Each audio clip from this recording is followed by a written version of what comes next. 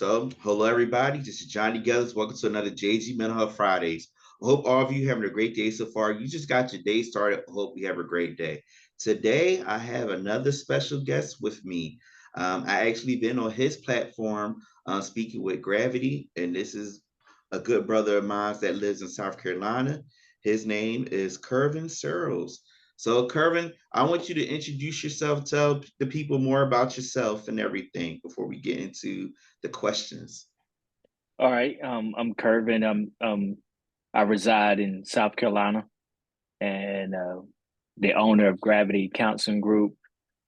Started a podcast called Speaking with Gravity, where we talk about mental health and how everything affects everything. But the objective in that regard is uh, to focus on the African American community. Um, and yeah, that's pretty much it. We provide counseling, individual, family, couples counseling. Yeah, that's what we do. All right. And everybody that's out that's watching this or even listening to it, definitely check out his podcast. He has the audio aspect on Spotify, but also the visual aspect on YouTube and everything. As y'all, most of y'all probably already know, I was on his show a few years ago, so it was definitely a pleasure to connect with him. And also, we've been on different other speaking engagements across the board with other different Black male professionals. So let's get into the conversation. So first off, Kervin, what is your inspiration for the work that you do?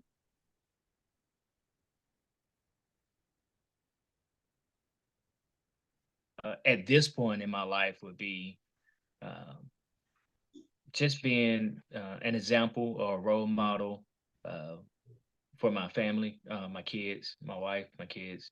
But not only them, just want in the community where we live.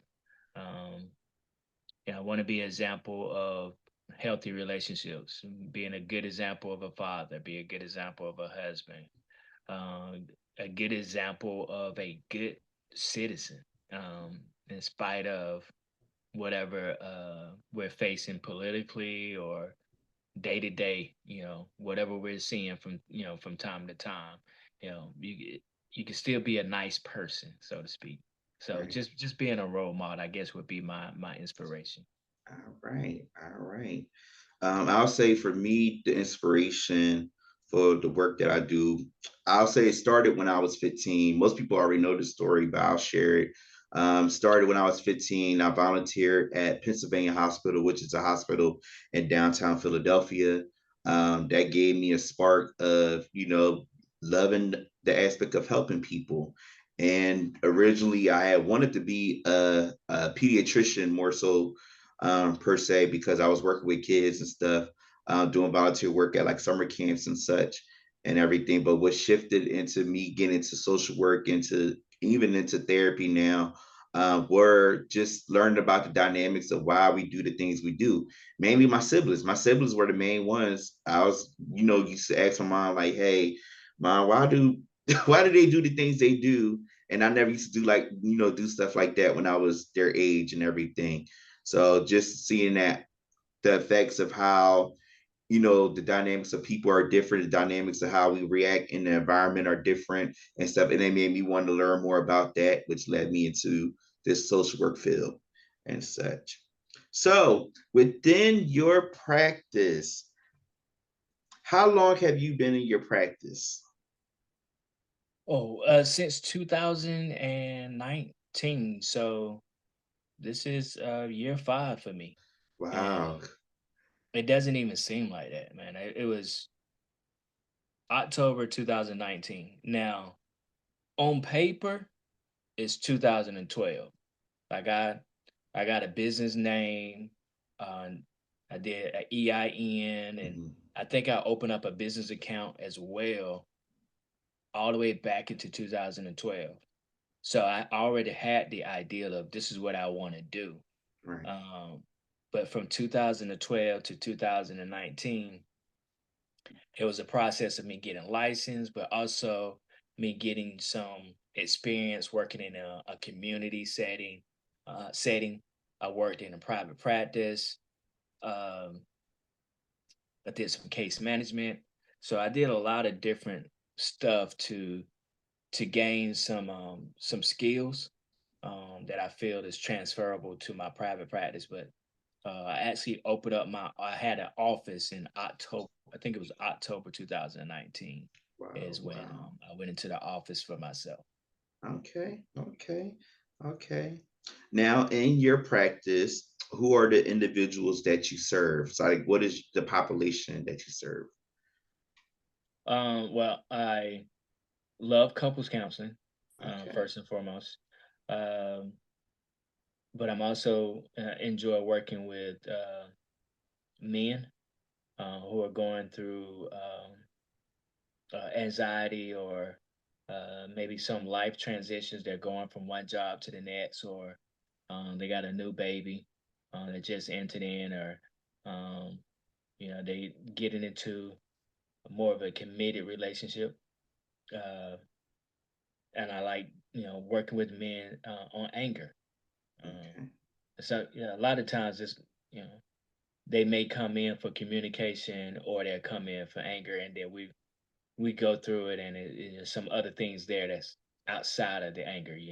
As I like to say, anger is a secondary emotion, right? Right. So we're trying to find out what else is driving this. So, and really enjoy working with men. Really enjoy working with couples. Uh, Also, kind of back my way into this. I like working with college students. Okay. Okay. I have work with vocational rehabilitation, and somehow, some way, they work with college students. So sometimes they refer college students to me. And so I've had I feel like great success in working with kids who are it's still transitional because they're coming into school and trying to get acclimated to that, Hmm. or they're preparing to get into the real world and the workforce, and all of the things that comes with that. It's been a joy for me to work with them. So that's primarily my preference, I guess you can say, men, couples, and college students. Although, obviously, I see other people beyond that. Yeah. Yeah.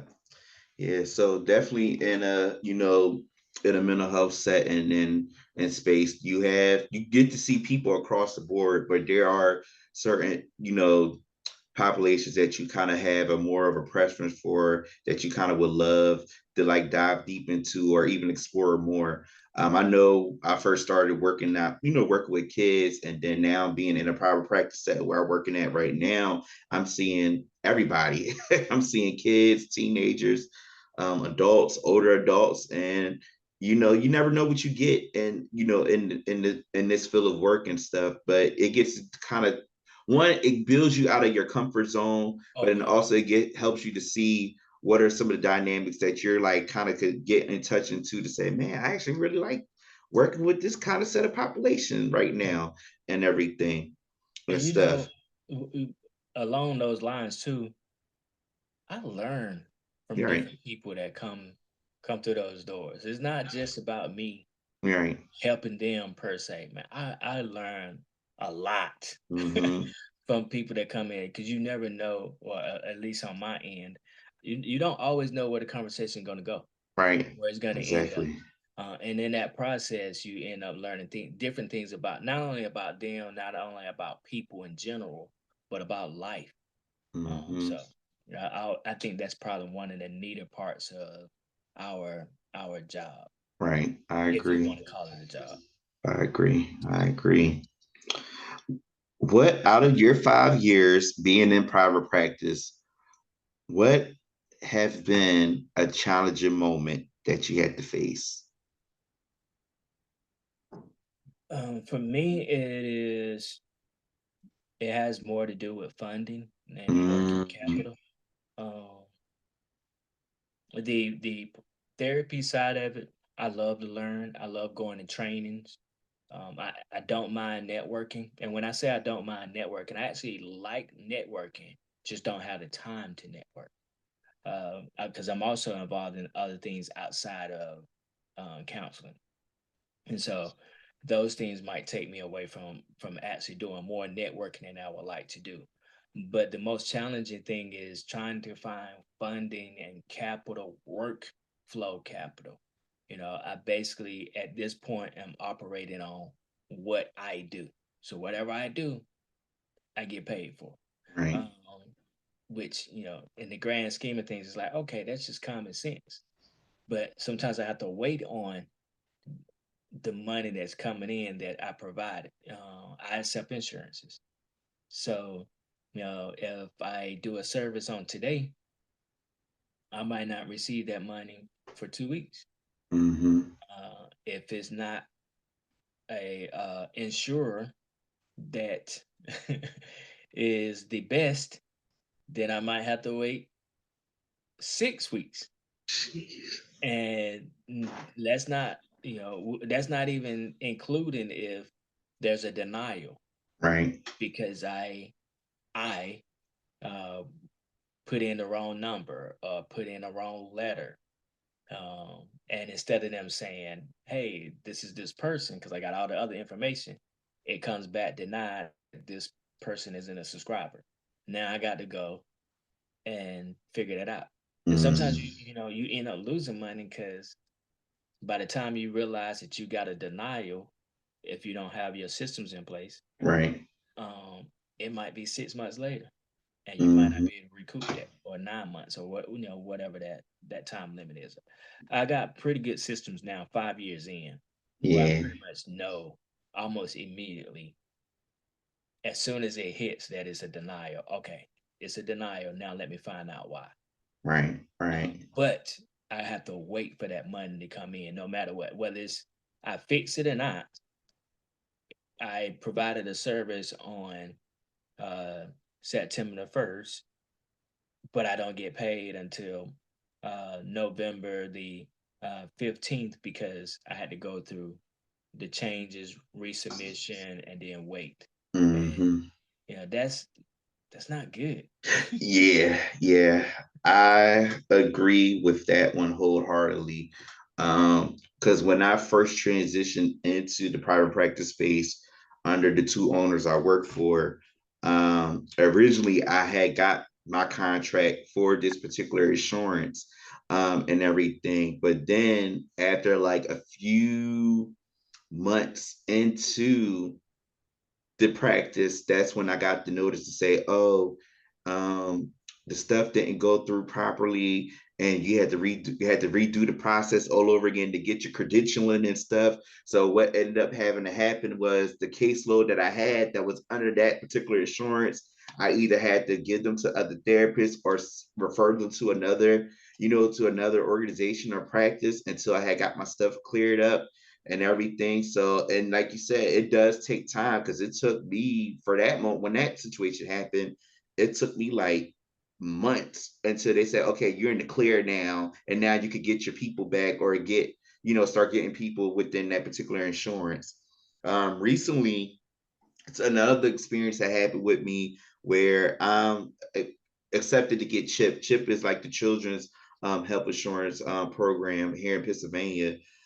There was a moment where I had it, but then it actually got stopped for some reason, and they had to redo the paperwork all over again. Luckily, it was much faster than what I had dealt with when I first started.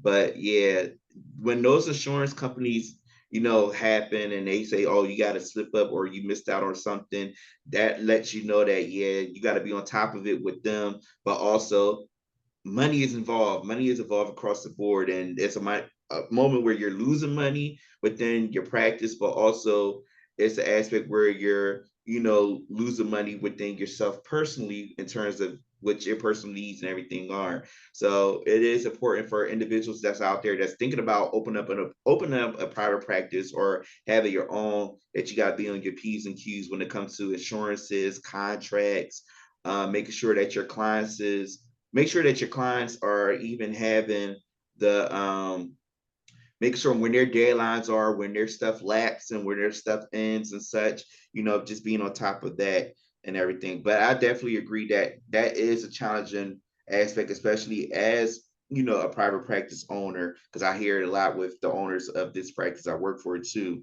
and everything. But you brought something up, and I don't know if you've been reading my mind or reading one knowing the questions. I ain't give you the questions No, you didn't. about it, but we're actually going right into it. So outside of being a clinician, what other avenues are you in? So we already know you launch Speaking with Gravity, but what else are some other avenues that you're in? So recently I got into so podcasting is to me is it's a new form of advertisement. All right. Mm-hmm.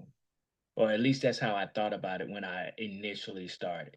You hear people say, "I'm a podcaster," and you can really make that a career within itself Right. if you wanted to, or not if you wanted to, but if you tried and you was as consistent. But uh, the goal for me wasn't to be a podcaster as a career, although I really do enjoy the elements around it, right?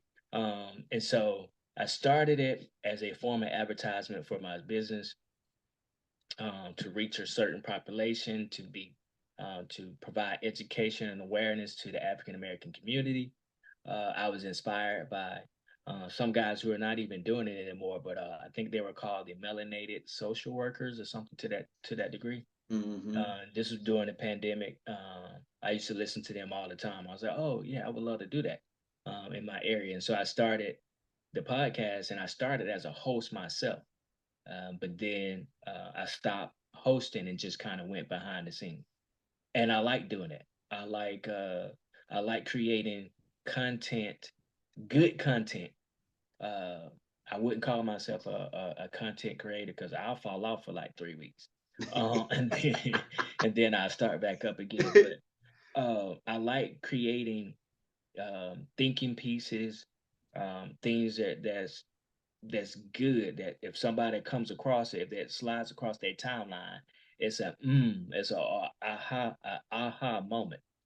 Um, but so I do the podcast, but I also got into the podcast and led me to now I am presenting more. So with the thought of I want to get into more speaking engagements and paid speaking engagements, Right. preferably. So I've gotten into that, and then eventually I would like to get into apparel. I've been Okay. messing around with my logo.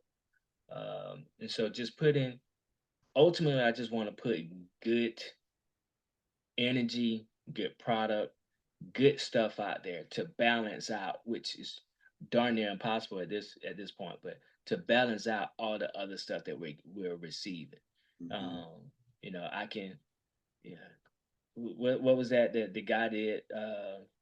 It's just so much. I'm not gonna even break it up, but there's so much out there. You can look at a t-shirt and somebody's talking about they got some type of crazy saying on it. Well, Right. why can't I put some I love your saying that you have at the end of each one. Get it? I think it's reflect on the positives, Reflect on the positives, plan ahead, and plan ahead, relax. and relax. Yeah. Like that's if I'm walking by, if I never seen your podcast, I would love that would make me think differently Right. about life in general. And just that phrase, what you're putting out there can change it, in essence can change somebody's life. Because if they Mm-hmm. actually did that, their perspective on life would totally change. Right. It, it's three sentences, right? And they're Mm-hmm. very small, but if they did that, it would completely change their life. Right. I listened to. I'm gonna let you get back to your questions, but I listened to your on Fridays. Not every single Friday, but I try to on Fridays listen to you, right? And Mm-hmm. so now, for most of the year, this year, I was listening to you with my kids. They actually hear what you're talking about, and What, we'll for have a real? discussion sometimes, or a question will come up based off of something that you said or a topic that you said, right? You don't know that until just now. Right. I So, didn't know but that. energy that you're putting out there is a blessing. Now I don't do it no more because now my son has a driver's license, so he ain't got to ride with me no more. Uh, so there goes that. But it was just, and I put it on in support of you, not thinking that okay, they're really gonna be in tune to it, right? And it happened, and that was organic. For them to listen to it and have a question about it or have a discussion with me about something that you said. And Yeah. I want to continue to be able to put stuff out like that. Yeah. Yeah. Wow, that's was news to me. I didn't know your kids was listening and having conversations and questions and stuff. And that's the main reason why I wanted to do JG Men on Fridays. Like this actually got birthed during the beginning part of the pandemic, because at that time I had just got furloughed from my former job where I used to work at and everything, and I was wondering, I said, what can I do to still help people and everything. And at the time, I had just got back into doing like going into therapy myself personally and everything. And then a thought just came in my head. I was like, God gave me a light bulb and said, hey, start making videos or whatever. And that's when I end up just start making videos. And then that's when people saying, I like these, keep it going and stuff. And then that's when people start giving me different topics and all these different things. And I say, you know what? I like this. I love talking about different things and not just like going given like that educational aspect, which some of it is educational, but mainly talk about stuff that we all go through on a Yeah, daily basis that we don't really realize that we go through, but also providing coping skills that people could actually apply from even a child to even to an adult and everything. So yeah, that's dope that at least is reaching younger generations, that they actually say, okay, I can actually relate to this and uh, apply and see what's going on and everything. Back to the t-shirts and everything, because I remember he did give me a shirt, y'all, when I did his after I did his podcast. He's like, "You want a shirt?" And I say, "Yeah," and I still wear it. I still wear it to this day and everything and stuff. Because when I wore it the first time, somebody had asked, "It's like, who's the shirt?" Because I normally support everybody that yeah, give me like shirts and stuff, especially my friend. Shout out to Jessica that has her mental health t-shirt line and everything. And I'll say this is who is from and everything. When I wore the Speaking with Gravity shirt and everything, people would read the back and stuff, and then they notice the front and stuff. So I tell them like, yeah, this is from a show that I was on a few, while back. Good brother down south and stuff. So yeah, I still rock it and everything. So in terms of shirts, and this is a question that's outside of the question that I had. Um, when it comes to like shirts and merchandise and stuff like that, as it relates to Speaking with Gravity, are you thinking about making more of those items? yeah. Not necessarily uh, speaking with gravity per se. Um, like how like some podcasts they got their podcast logo attached to everything, and then whatever else they're gonna put on there. I'm thinking more along the lines of like just I don't know different sayings, um, different things that we talk about in therapy, but just putting it on a shirt. Okay, Um, word. Maybe different designs um, with my logo, of course. Mm-hmm. The Gravity Counseling Group logo more Right. so than the Speaking with Gravity. Um, and I'm thinking out loud as I'm talking to you about it, but uh, just again, the main point is when you look at that shirt, to look at it not just as an advertisement, but look at it like, okay, this is something that I can implement, or this is food for thought for me. Right. When Mm-hmm. when I'm looking at TV and I'm looking at all of these different things, or even if I'm in a crowd, we got on Nike, we got on our favorite sports team. Yeah. But what is that bringing to us? And that's not to say anything against the what people wear. If you look at uh, podcasts I did earlier this season, I think I got an Allen University shirt on, and then I got a FAMU shirt on. Okay. Okay. And I try to represent HBCUs, but I'm representing them. Like they not they not paying me for that. But in that regard, I'm trying to promote education. At one time, man, I was promoting. I never wore Gucci, but I did wear. I'm about to date myself now. I Uh-oh. did wear Uh-oh. Carcanai, Okay. Aniche, All right. You tell myself you about to date Rockefeller. yourself, date yourself. Now that's still you can Yeah. hear about them and all that. So it ain't like you're going way, way back, but that's Hey, Carl still Kanai is 80s. I think he came out like late 80s. hmm. Yeah. Now I wasn't buying it then because my parents was buying my stuff. Yeah. And they weren't gonna get that. But I did eventually get some. But yeah, Yeah. that's to answer your question. There'll probably be some more speaking of gravity stuff, but my thought is to um put things out there that people can implement or just have food for thought. If they're passing by, if they're wearing a shirt or if they're passing by somebody that's wearing a shirt. And not Mm. even like I don't even care about making like a major profit off of that. Right. If it's as long as I don't go in I don't lose money, I probably continue to do it. Hmm. And now, depending on how popular it is, I'll probably end up giving back and doing like some free mental health or create a foundation to be able to help people get mental health. Because I didn't think therapy is good for so many people. Right. Right. Okay, okay. Cool, cool. So when stuff start popping up, I'm gonna be like, all right, I'm about to send me the link to the website and stuff, so I can get me some more gear so I can rock it and I got you. everything and stuff. So with the podcast, and I know you gave it to the younger generation to push through and everything, but while you was doing it, what have been a highlight of yours when doing it? A highlight for me, man, is when you're doing something like when you're putting yourself on Front Street like that, you really want to know what you're talking about. Hmm. So just elevating myself to a level of learning so that I can discuss these things. I don't want to give false information. I don't want Right. to lead you down the wrong path. So the highlight is me really digging deep. Man, I have so many books now because I'm reading them because I want to be able to.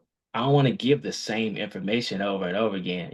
I like talking about emotions. I like talking about breathing, regulated breathing, mindfulness. But I don't want to stay in that vein. I want to talk about brain chemistry as well and um, how our brain plays into the things that we're doing.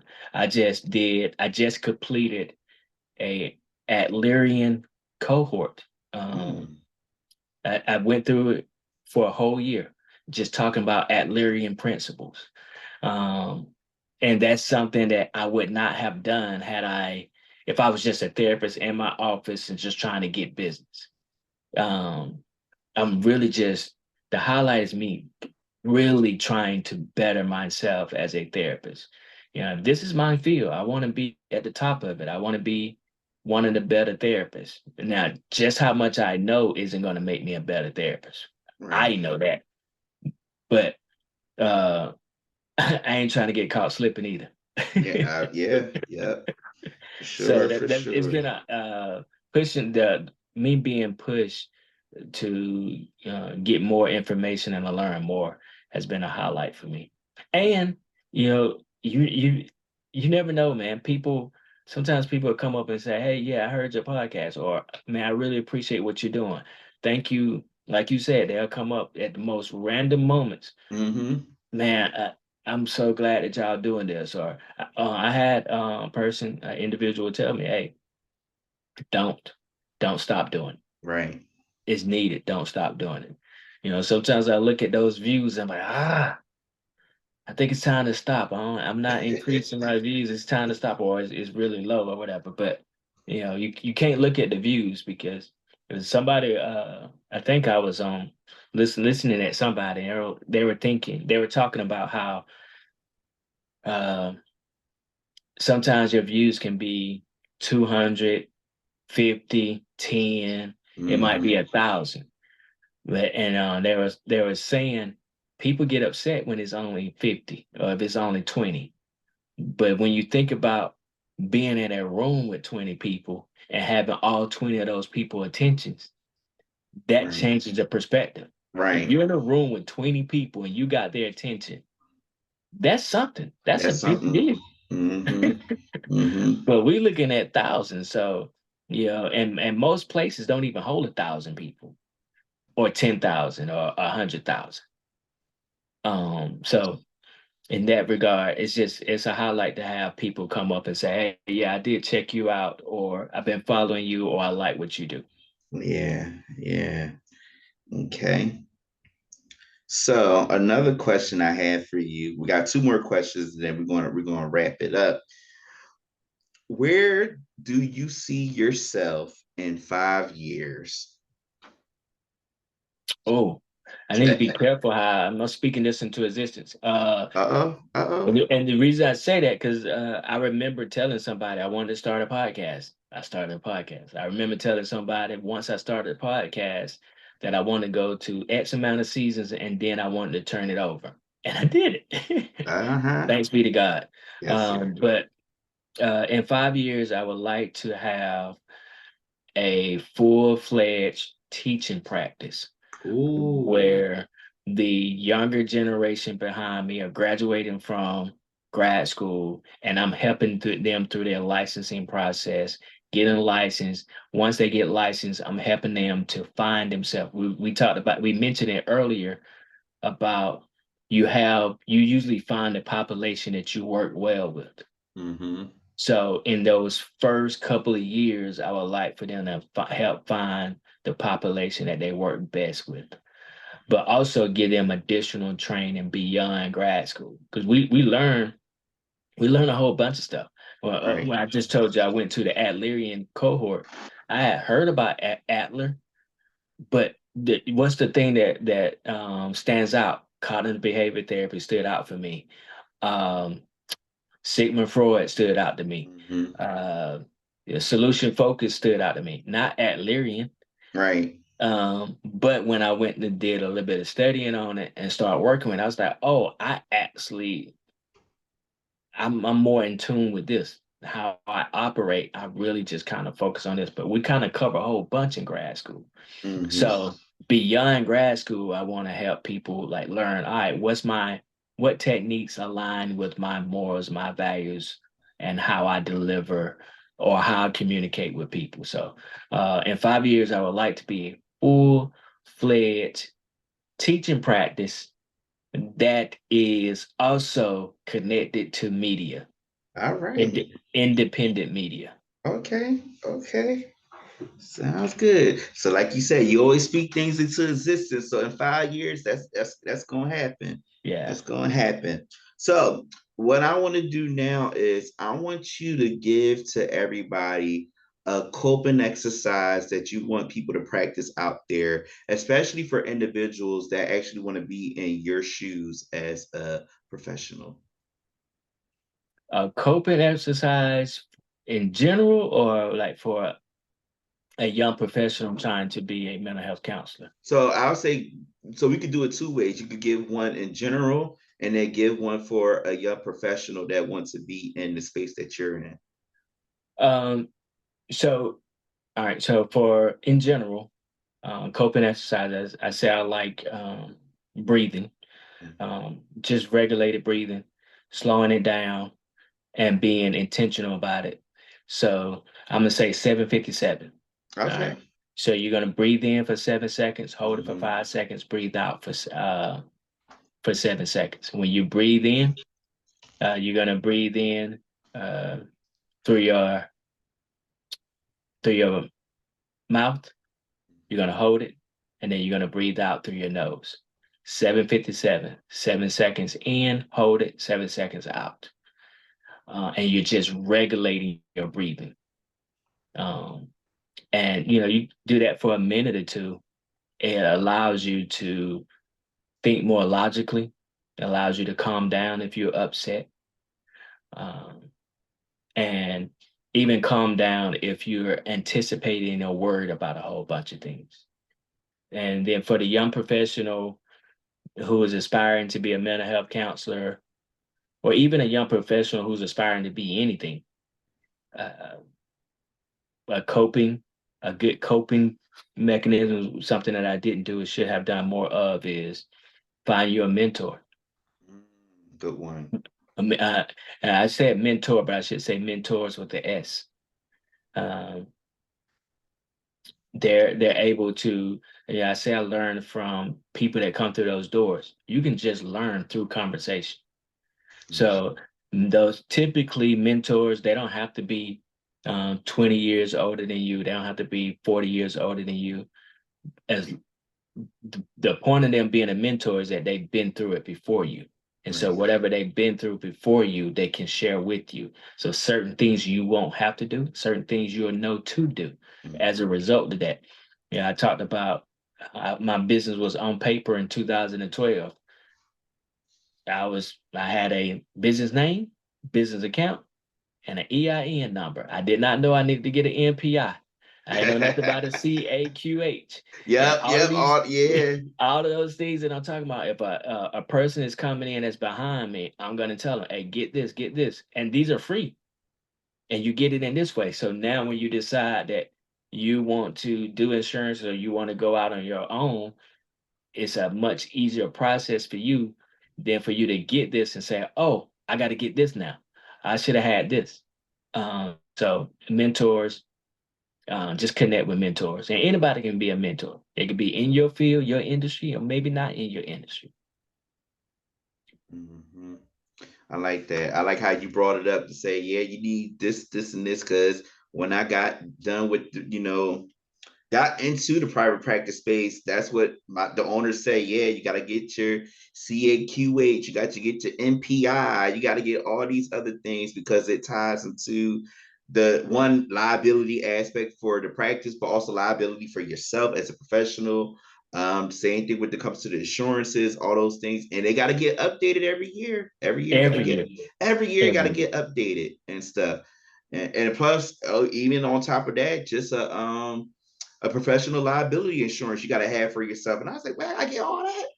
So just to be in a private practice setting, you got to get all of those things because it covers the practice, but also it covers yourself as a professional and everything. And you Like, know, when people say, "Well, therapy is so expensive," well, you're not just coming in and talking to me. I have to pay for this office. right, the I have to service, pay for yeah. this insurance. I have to pay for it. Just that cohort that I was a part of. I had to pay for that, right? Mm-hmm. And I have to pay for this training and learning that I'm giving to you because it don't stop with just grad school. Like you got to get CEUs and you got to pay Right. for those CEUs, and then you got to pay for the education that I'm getting to give to you. Mm-hmm. That's the transaction. Right. Right.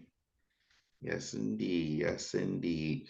So before we go, Kervin, I want you to share like more of like contact information, how people can reach out to you and things in that nature. Go ahead. Um, you can follow me on Facebook, Instagram, TikTok, Speaking with Gravity. That is one. They're on it's Speaking with Gravity on all of those platform threads too. You can follow my private practice Gravity Counseling Group, which is also on Instagram, Facebook, Threads. We're not on TikTok. Uh, Twitter, or we're not on TikTok yet. I got some people working on some stuff, so Okay, okay. we will be soon. So, and then of course, you could just put my name in Kervin Searles, and I'll come up on Facebook. I'm public. I'm not private, so you'll be able to find me. It's on Instagram. When my wife met me, she used to call me Mister because one of her favorite movies, one of the characters was Mister. So on my Instagram, when I was learning Instagram, I came up with the moniker they call him Mister. Yeah. And I just kept it. I just kept it. I didn't change it and put my official name or anything like that. So You can find me on Instagram. But if you find me on Instagram, my personal Instagram, you're just gonna see me and my kids, Mm-hmm. or something that I'm doing that weekend. And I'm also on Twitter too. So I'm on social media. I'm on TikTok. I'm on Yeah. social media, and I do. Uh, if I'm on there, I'm posting something that's mental health related. 9 times out of 10, or I'm posting something fun that I done did with my family and my friends. That's all you're gonna get from me. Mm-hmm. So yeah, you can find me there. All right. So y'all, again, Kervin, thank you for being on here, being on my space and everything. Appreciate you as always and stuff. But for everybody out there, if you have any words or topics that you want me to address on JG Menard Fridays, you can contact me on Facebook, Instagram, LinkedIn, YouTube. Don't forget to subscribe to my channel. Check out all the videos on there. Also, go on my website through which to check out the videos on there. Learn more about me. Check out articles I did for Helpful Living Magazine. Check out podcast episodes I've been on and ways to connect me for speaking engagements, other opportunities. Again, as always, I appreciate all of you for your love and support. And now I'm going to leave with the closing message. Reflect on the positives, plan ahead, and relax. RPR. Take care of yourselves, stay safe, be well, be blessed, and peace.